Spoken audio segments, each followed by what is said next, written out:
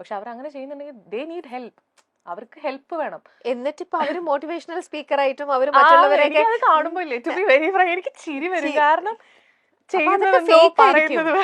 അതാ പറഞ്ഞ അപ്പൊ അത് ഫേക്ക് ആയിരിക്കും അല്ലേ? ഫേക്ക് ആണ്. അല്ലാണ്ട് ഇപ്പൊ ബാക്കിയുള്ള ആളുകൾക്ക് ചിലപ്പോ അത് ഓക്കെ ആയിരിക്കും, പക്ഷെ എനിക്ക് ഇങ്ങനെ ഒരു എക്സ്പീരിയൻസ് ഉള്ളതുകൊണ്ട് ഞാനത് കാണുമ്പോ എന്റെ അവസ്ഥ ചേച്ചി ആലോചിക്കും. ശരിക്കും ശരിക്കും ആൻഡ് അഗൈൻ ആൻഡ് അഗൈൻ നമ്മളെ കണ്ടുമുട്ടുമ്പോഴൊക്കെ ഷീസ് ബിഹേവിംഗ് ലൈക്ക് പഴയ പോലെ. ബട്ട് ഐ നോ ലൈക്ക് ഇതിങ്ങനെ നടന്നിട്ട് ഒരുപക്ഷെ ആ വ്യക്തി അറിഞ്ഞിട്ടുണ്ടാവില്ല, ആ വ്യക്തി മെറീനെ ഇങ്ങനെ തള്ളി പറഞ്ഞ കാര്യം മെറീനയ്ക്ക് അറിയാമെന്നുള്ളത് അല്ലേ? അതുകൊണ്ടായിരിക്കും അവര് മെറീനെ കാണുമ്പോഴൊക്കെ വളരെ ക്ലീൻ സ്നേഹത്തോടെ നിന്നിട്ട് ബാക്കിലൂടെ അവരിങ്ങനെ ഇത് ചെയ്യുന്നതും. മെറീന ഏതൊരു ഷൂട്ടിംഗ് ലൊക്കേഷനിൽ പോയിരുന്നപ്പം വേറൊരു സൂപ്പർ സ്റ്റാർ വന്നിട്ട് വണ്ടി ഡോറ് ഭയങ്കര ലൗഡായിട്ട് അവര് കൊട്ടിയടിച്ചു എന്നുള്ളത്, ആ ഇൻസിഡന്റ് എന്തായിരുന്നു? അത് ഫീമെയിൽ തന്നെയായിരുന്നു. ആണോ? അത് ഫീമെയിൽ ആർട്ടിസ്റ്റ് ആയിരുന്നു. സൂപ്പർ സ്റ്റാർ എന്ന് ഞാൻ കൺസിഡർ ചെയ്യാൻ എനിക്ക് അറിയില്ല. I can call her super star. She just an upcoming star. അപ്പം അതും ഇതേപോലെ വളരെ ഫ്രണ്ട്ലി ആയിട്ട് ബിഹേവ് ചെയ്തുകൊണ്ടിരുന്ന ഒരു വ്യക്തിയാണ്. പക്ഷെ പെട്ടെന്ന് അങ്ങനെ ഒരു ബിഹേവിയർ ഉണ്ടായപ്പോ എനിക്കിതാ പ്രശ്നം, ഇതെന്തിനാ ഇങ്ങനെ ചെയ്യണമെന്നുള്ള സംഭവം ഉണ്ടാവുമല്ലോ. അപ്പൊ അത് മെറീനയ്ക്ക് അഗെയിൻസ്റ്റ് ആയിട്ട് തന്നെയായിരുന്നു ഡോർ അടച്ചത്, അതോ? ഞാൻ മാത്രമേ വണ്ടിയിൽ ഉണ്ടായിരുന്നു. അതെ അതെ. പക്ഷെ അന്ന് വണ്ടി ഓടിച്ചിരുന്ന ഡ്രൈവർ ചേട്ടന് പോലും ഒരു സങ്കടമായി. എന്നിട്ട് ആ പുള്ളി പറഞ്ഞു എനിക്ക് ക്ലിയർ ആയിട്ടൊന്നും അറിയില്ല, അപ്പൊ അതൊന്നും പറയാമോ എന്താ ഇൻസിഡന്റ്? ഞങ്ങള് ഒരു മൂവി ഒരുമിച്ച് വർക്ക് ചെയ്തതാണ്. അപ്പം ഒരു 100 മീറ്റേഴ്സ് അപ്പുറത്തേക്ക് ഷൂട്ടുള്ളൂ. വണ്ടിയിൽ പോകേണ്ട ആവശ്യമില്ല, നടന്നു പോകാനുള്ളതേ ഉള്ളൂ സത്യം പറഞ്ഞ്. അപ്പൊ ഞാൻ ആദ്യം മേക്കപ്പ് കഴിഞ്ഞ് റെഡി ആയപ്പം അതിന്റെ തലേ ദിവസം ഇതേപോലെ ഞാൻ ഫ്രണ്ടിൽ ഇരിക്കുന്ന സമയത്ത്, അതായത് ഡ്രൈവറുടെ സൈഡിലെ സീറ്റിൽ ഇരിക്കുന്ന സമയത്ത് ഷീ ഫെൽറ്റ് അപ്സെറ്റ്. അപ്പൊ എനിക്കത് മനസ്സിലായി. ഇപ്പൊ ചില ആളുകൾക്ക് ഉണ്ട് ഇങ്ങനെ അപ്സെറ്റ് ആവുന്ന ഒരു പരിപാടി. ഇതിനു മുമ്പ് എനിക്ക് എക്സ്പീരിയൻസ് ഉണ്ടായിട്ടുണ്ട്, which is from a mail.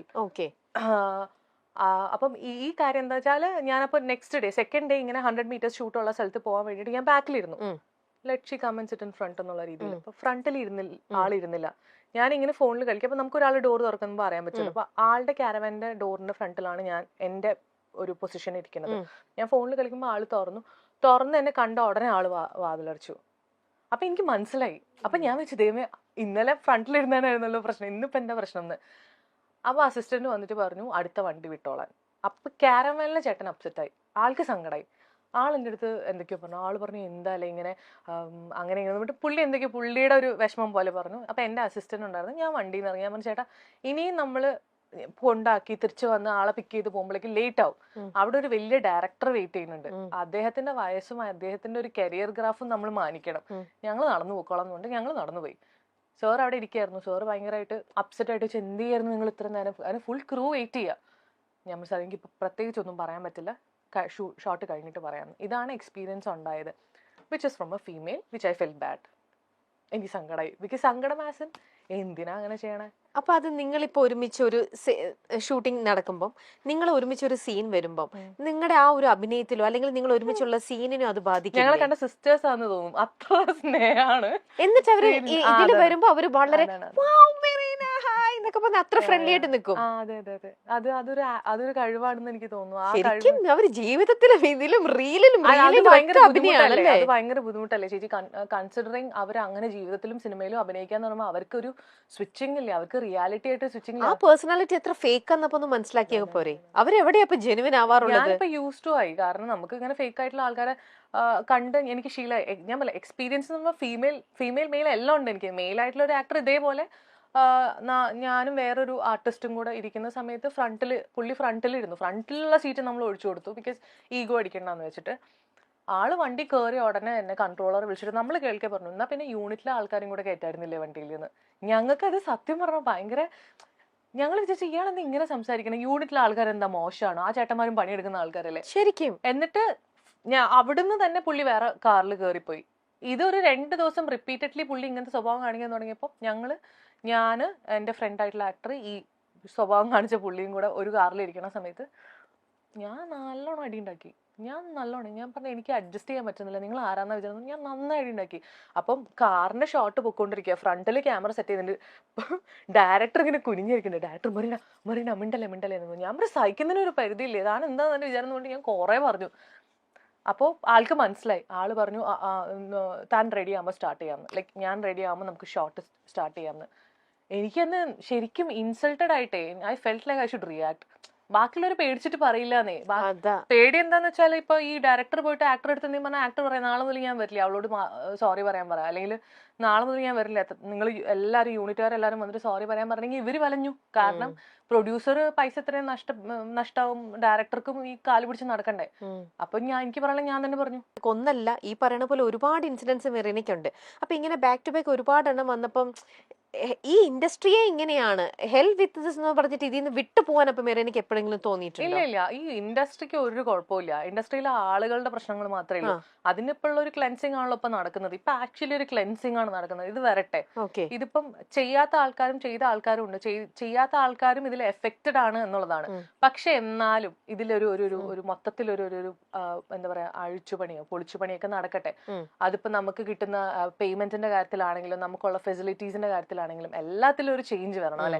Even ഇപ്പൊ ആൾക്കാർ ആരെങ്കിലും കാസ്റ്റിംഗ് കൗച്ചിന്റെ കാര്യങ്ങൾ ചോദിക്കുന്നുണ്ടെങ്കിൽ ഇന്ന് ചോദിച്ചാൽ 4 വർഷം കഴിഞ്ഞ പണി വരും എന്നുള്ള ഒരു പേടി ഉണ്ടെങ്കിൽ അവർ ഇന്നേ ചോദിക്കില്ല. അത് വരട്ടെ, ആ ചേഞ്ച് വരട്ടെ. അത് നല്ലതാണെന്ന് തന്നെയാണ് ഞാൻ വിശ്വസിക്കുന്നത്. പിന്നെ ഇങ്ങനെയുള്ള ഈ ഇൻസൾട്ടിങ് കാര്യങ്ങളൊക്കെ അതൊക്കെ എപ്പോ വേണമെങ്കിലും ആൾക്കാർക്ക് ചെയ്യാം. അത് പിന്നെ അവരുടെ പ്രശ്നം അല്ലെ. അവർക്ക് മേ ബി ഇൻസെക്യൂർ ആയതുകൊണ്ടായിരിക്കും. ഞാൻ എപ്പോഴും ഇങ്ങനെ ആലോചിക്കും ലൈക്ക് ഇപ്പൊ ആ ആക്ട്രസ് എന്തുകൊണ്ടായിരിക്കും അങ്ങനെ ചെയ്തിട്ടുണ്ടാവുക. Maybe because she is insecure. ആളുടെ വർക്കിൽ ഇൻസെക്യൂർ ആണ്. ആൾക്ക് ഇത്ര കപ്പാസിറ്റി ഉണ്ടാവുള്ളൂ. ആള് ചിലപ്പോ ബാക്കി എല്ലാവരോടും അങ്ങനെ ചെയ്യുന്നുണ്ടാവും, എന്റെ അടുത്ത് മാത്രമായിരിക്കില്ല. അപ്പൊ ആൾക്കൊരു തോന്നലുണ്ടാവും, ഞാൻ ഇന്ന ഒരു സ്പേസ് കൊടുത്തു കഴിഞ്ഞാൽ അത് മാറി വേറൊരാൾ അതിൽ കയറാൻ, അങ്ങനെ ഒരു ഫീലിംഗ് ഉണ്ടാവുമായിരിക്കും. ഇമ്മച്ചുവേർഡ് ആയതുകൊണ്ടായിരിക്കും അങ്ങനെ തിങ്ക് ചെയ്യുന്നുണ്ടാവുക. ഇമ്മച്യൂരിറ്റി ഓഫ് കോഴ്സ് ഉണ്ടാവില്ലേ, അല്ലാതെ ഇങ്ങനെ കാണിക്കോ? അതാ ഞാൻ ചോദിക്കണേ. പ്രകടമായി കാണിക്കുമ്പോ എന്റെ അടുത്ത് നിന്ന് നെഗറ്റീവ് എനർജി അല്ലേ കിട്ടുന്നത്. തീർച്ചയായിട്ടും എന്നോട് ഇങ്ങനെ ചെയ്യുമ്പോ ഓഫ് കോഴ്സ് എനിക്ക് അയാളോട് ഭയങ്കര സ്നേഹമോ അല്ലെങ്കിൽ ആ ജീവിതകാലം മുഴുവൻ ഈ വ്യക്തി എന്റെ ലൈഫിൽ വേണമെന്ന് ഇങ്ങനെ ആഗ്രഹിക്കില്ലല്ലോ. എന്റെ സൈഡിൽ നിന്ന് നെഗറ്റീവ് വൈബ് എനർജി തന്നെ പോവുള്ളൂ. അപ്പം അത് നെഗറ്റിവിറ്റിയാണ് ഉണ്ടാക്കുന്നത്. സിനിമയിലേക്ക് മെറീന വന്നപ്പോ തന്നെ നല്ല എനിക്കും ഈ മൂവിയില് നല്ലൊരു നായികയാവണം, എല്ലാവരും ആ ഒരു ഇന്റൻഷനോടെയും ആ ഒരു ആഗ്രഹത്തോടെയും ആണല്ലോ എല്ലാവരും എത്തിപ്പെടുന്നത്. മെറീനയുടെ തുടക്ക സമയത്താണേ പോലും അങ്ങനെ വന്നു കഴിഞ്ഞപ്പോൾ ഇപ്പം നമ്മളിപ്പം കേൾക്കുന്ന തരത്തിലുള്ള ഒരു മിസ്ബിഹേവിയർ, അത് ഡയറക്ടറിന്റെ ഭാഗത്തു നിന്നാണെങ്കിലോ പ്രൊഡ്യൂസറിന്റെ ഭാഗത്തുനിന്നോ ആരുടെയെങ്കിലും ആക്ടേഴ്സിന്റെ ഭാഗത്തുനിന്നോ മെറീന എന്തെങ്കിലും ഫീൽ ചെയ്തിട്ടുണ്ടോ? ആളുകൾ നമ്മളെടുത്ത് ചോദിക്കുന്ന ഒരു കാര്യമാണ്, നിങ്ങൾക്ക് ഒരു ബാഡ് എക്സ്പീരിയൻസ് ഉണ്ടോ? അപ്പോൾ ഒരാൾ നിങ്ങളെ കയറി പിടിച്ചു, നിങ്ങൾ എന്തുകൊണ്ട് അടിക്കുന്നില്ല, നിങ്ങൾ എന്തുകൊണ്ട് ഇങ്ങനെ ചെയ്യുന്നില്ല എന്ന്. ഞാൻ വളരെ ഒരു പ്രൈവറ്റ് സ്പേസിലോ അല്ലെങ്കിൽ ഒരു ക്ലോസ് സർക്കിളിലോ എത്തിപ്പെടുന്നത് എനിക്ക് അത്രയും വേണ്ടപ്പെട്ട ആൾക്കാരുടെ കൂടെ ആയിരിക്കും. ഇപ്പം ഞാൻ എന്റെ ഒരു ചേച്ചീനെ പോലെ കാണുന്ന ആള് അല്ലെങ്കിൽ ഒരു ബ്രദറിനെ പോലെ കാണുന്ന ഒരാള്, എനിക്ക് അത്രയും പരിചയമുള്ള ഒരാള്, ഒരു ഈ പറഞ്ഞ പോലെ ഒരു ഫ്രണ്ട്ഷിപ്പ് ഒക്കെ മെയിൻറ്റെയിൻ ചെയ്ത് പോകുന്ന ആള് ചിലപ്പോൾ ഒരു സ്പേസിലെത്തുമ്പോൾ, ഒരു പ്രൈവറ്റ് സ്പേസിലെത്തുമ്പോഴായിരിക്കും ചിലപ്പോൾ എൻ്റെ അടുത്ത് മിസ്ബിഹേവ് ചെയ്യുക. ഇപ്പം നമുക്ക് ഒരു പരിചയമില്ലാത്ത ആളാകുമ്പോൾ നമുക്ക് പെട്ടെന്ന് റിയാക്ട് ചെയ്യാം. പക്ഷെ നമുക്ക് കുറച്ച് പരിചയമുള്ള, നമ്മൾ അവർക്ക് ഒരു സ്ഥാനം കൊടുത്തിട്ടെന്ന് വിചാരിച്ചോ.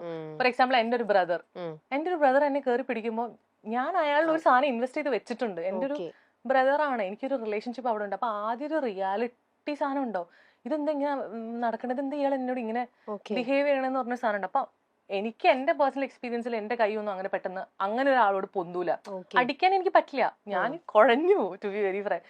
കാരണം ഇയാൾ എന്നോട് ഇങ്ങനെ അല്ലല്ലോ ബിഹേവ് ചെയ്യണ്ടേ എന്നുള്ള സാധനമായിരിക്കും വരിക. പിന്നീട് അയാൾ ഒരു പരിധി കഴിയുമ്പോഴായിരിക്കും ചിലപ്പോൾ നമ്മള് റിയാക്ട് ചെയ്തിട്ട് അല്ലെങ്കിൽ നോ പറഞ്ഞിട്ട് ഭയങ്കരമായിട്ട് നോ പറഞ്ഞ് ഇറങ്ങി വരാം. അപ്പം അങ്ങനെയുള്ള സിറ്റുവേഷൻസ് എനിക്ക് ഉണ്ടായിട്ടുണ്ട്. ഞാൻ ബോൾഡ് ഞാൻ പറ്റില്ല നോ എന്ന് പറഞ്ഞിട്ട് ഞാൻ ആ റിലേഷൻഷിപ്പ് കട്ട് ചെയ്ത് പോകുന്നു. പക്ഷെ എനിക്കത് വിഷമമായിട്ടുണ്ട്. ബിക്കോസ് ഞാൻ അങ്ങനെ ഒരുപാട് പേരെ അടുപ്പിക്കാറില്ല എന്റെ ഒരു സർക്കിളിലേക്ക്.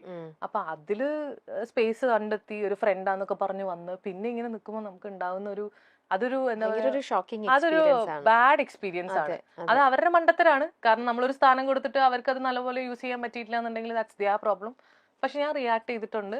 എനിക്ക് അങ്ങനെ പിന്നെ കംപ്ലൈന്റ്സ് പറയേണ്ടി വന്നിട്ടില്ല. അത് അവിടെ നിന്ന് തന്നെ തീരുമാനമാക്കിയിട്ടുണ്ട്. അല്ലാതെ പുറത്തുനിന്നൊന്നും ഒരാൾ വന്നിട്ട് അതെ ഇങ്ങനെ ആണെങ്കിൽ ഇങ്ങനെ ചെയ്യാൻ പറ്റുള്ളൂ, അല്ലെങ്കിൽ ഇന്ന സിനിമ ചെയ്യണമെങ്കിൽ ഇങ്ങനെ ചെയ്യണം, അങ്ങനെയൊന്നും പറഞ്ഞിട്ടില്ല. ഇതുവരെ പറഞ്ഞിട്ടില്ല. ഇല്ല. അപ്പൊ ഈ സിനിമയിൽ എത്തുന്നതിനെക്കാട്ടിലും ഡിഫിക്കൽട്ട് ആയിരുന്നു ഇതിൽ ഇപ്പൊ ഈ ഇൻഡസ്ട്രിയിൽ ഇപ്പൊ എത്ര വർഷമായി? അപ്പൊ ഇതിൽ സർവൈവ് ചെയ്യണത് ആണ് കുറച്ചും കൂടെ ഡിഫിക്കൽട്ട് തോന്നുന്നുണ്ടോ? ഇൻഡസ്ട്രി ആക്ച്വലി നല്ല ഇൻഡസ്ട്രി തന്നെയാണ്. ഇത് എല്ലാ ഇൻഡസ്ട്രിയിലും ഇങ്ങനത്തെ പ്രശ്നങ്ങളുണ്ടല്ലേ. ഏത് സെക്ടേഴ്സ് എടുക്കുകയാണെങ്കിൽ എല്ലാ സെക്ടേഴ്സിലും ഇങ്ങനത്തെ പ്രശ്നങ്ങളുണ്ട്. ഞാൻ പറയാം എപ്പോഴും നമ്മളിത് ഫിസിക്കലി അതിനെ പോയിന്റ് ഔട്ട് ചെയ്യുന്നതുകൊണ്ടാണ് അത് മാത്രം പുറത്തേക്ക് വരുന്നത്. അല്ലാതെ ഈ പാരവപ്പും ബാക്കിൽ നിന്നിട്ട് പണി തരുന്നതും ഒക്കെ ഏതും ഐ.ടിയിൽ പോയാലും കാണാം, ഹോസ്പിറ്റലിൽ പോയാൽ എല്ലാ മേഖലയിലും ഉണ്ട്. ഈ ഒരു പറയുന്ന കുത്തിത്തിരിപ്പും നമുക്ക് അടി കിട്ടുന്നത് പരിപാടിയും ഇതൊക്കെ എല്ലായിടത്തും ഉണ്ടാവും. ഇപ്പൊ നമ്മുടെ ഇവിടെ ചർച്ചയായിക്കൊണ്ടിരിക്കുന്നത് പിന്നെ ഈ ഇൻഡസ്ട്രിയിൽ ആകുമ്പോഴത്തേക്ക് അത് കുറച്ചും കൂടെ മസാല ചേർത്ത് കുറച്ചും കൂടെ ഫ്ലാഷി ആയിട്ട്. ഞാൻ ഈ ഇൻഡസ്ട്രിയിലും കൂടെ ആയതുകൊണ്ട് എനിക്ക് കുറച്ചുകൂടെ റിലേറ്റ് ചെയ്ത് പറയാൻ പറ്റും. Industry is very good. കാരണം നമുക്ക് നല്ല വിസിബിലിറ്റിയാണ് ആൾക്കാരുടെ അടുത്ത്. നമ്മളൊരു പരസ്യം ചെയ്താലോ ഒരു സിനിമയിൽ ഒരു റോള് ചെയ്ത് അത് ഹിറ്റായി കഴിഞ്ഞാലോ ആളുകൾ കൂടുതൽ അറിയും. പൈസ നന്നായിട്ട് വരും. ഇനോഗ്രേഷൻസ് ആണെങ്കിലും അങ്ങനത്തെ കാര്യങ്ങളിലൊക്കെ പൈസ വരും. പക്ഷെ ഇതിന്റെ ഇടയിലുള്ള ഈ തൊഴിൽ നിഷേധം എന്ന് പറഞ്ഞ കാര്യം, അതാണ് മെയിൻ പ്രശ്നം. അതായത് ജോലി തരണമെങ്കിൽ ഇങ്ങനെ ചെയ്യണം എന്ന് പറയണതും ഇത് കാരണം ജോലി ഇല്ല എന്നൊക്കെ പറഞ്ഞ് നമ്മൾ ഈ ആൾക്കാരുടെ പണി മുടക്കുന്നത് തന്നെയാണ് മെയിൻ കാര്യം എന്നാണ് എനിക്ക് തോന്നുന്നത്. അത് എല്ലാ ഇൻഡസ്ട്രിയിലും ഉണ്ടെന്ന് ഞാൻ വിശ്വസിക്കുന്ന ഒരാളാണ്. ആൻഡ് ഞാൻ പറഞ്ഞത് ഇതൊരു ബ്യൂട്ടിഫുൾ ഇൻഡസ്ട്രിയാണ്. നമ്മളൊരു ആർട്ടല്ലേ ഉണ്ടാക്കുന്നത്. എന്ത് നമ്മൾ ചെയ്യണം, ഒരു സാധനം പെയിന്റ് ചെയ്താൽ നമ്മൾ വിറ്റ് ഒരാൾ ഇട്ട് കാണുമ്പോൾ നമുക്ക് അതിനൊരു സന്തോഷം ഉണ്ടാവില്ല. അതുപോലെയല്ലേ സിനിമയും. നമ്മളെല്ലാവരും ഗ്രൂപ്പായിട്ട് ചെയ്യുന്നതാണ്.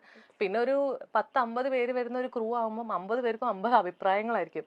അപ്പൊ അതെല്ലാം കൂടെ ഇങ്ങനെ കൂട്ടിച്ചേർത്ത് മുന്നോട്ട് കൊണ്ടുപോകാന്ന് പറയുന്നതും ഒരു ടാസ്ക് തന്നെയാണ്.